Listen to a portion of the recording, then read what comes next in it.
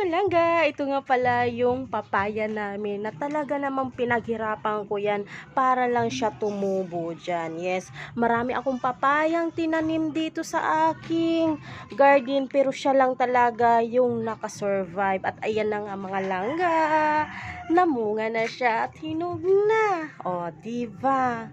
Oo, kahit papano malaki naman. Oo. O, 'di ba? Meron ako ditong hinog at ready to eat na siya. O, 'di ba? Over na ata ito. Oo. O, ayan mga langga. Grabe.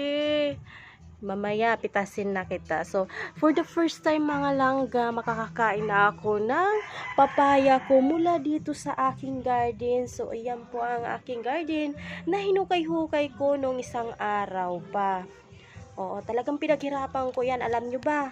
Dahil dyan, talaga naman yung kamay ko, nasugatan pa. Ayan ang mga ebidensya ha.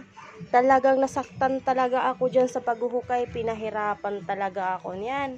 Akala nyo madali lang maghukay ng lupa. Ano ko sinasabi ko sa inyo? Mahirap. Pero ito nga mga langga, natutuwa din ako.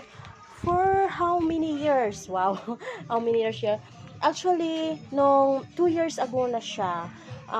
March, April, buntis ako kay Bibi, naglilihi ako ng penya. So, after that mga langga, nung nakabili ako ng penya, kinain ko yung laman, yung ganito niya, ito siya. Ito yung tinanim ko. So, grabe tingnan mo for 2 years. So, sa wakas namunga na siya.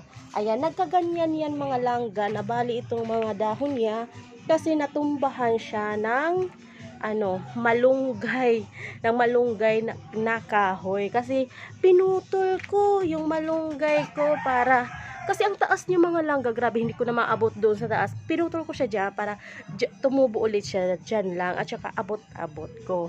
Oo, katulad din yun no? Oh, napakataas kasi na yan ng malunggay na yan. So ayun, pinutol ko ngayon, wala talaga siyang dahon.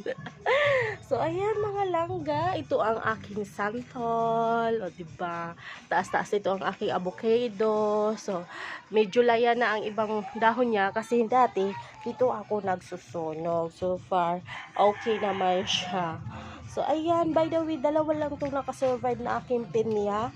3 sila nung aking tinanim. Ito yung pinaka talaga. Tapos ito, ayan, after 1 year pa ata ito hanggang 2 years bago siya mamunga na naman.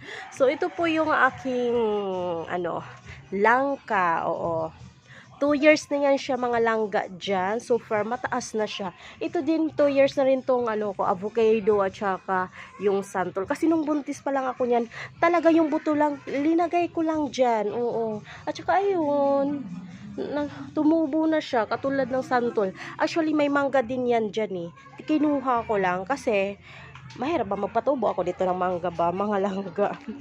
Oo, so yan mga langga, tara magtanim tayo, tulungan niyo ako sa aking pagtatanim.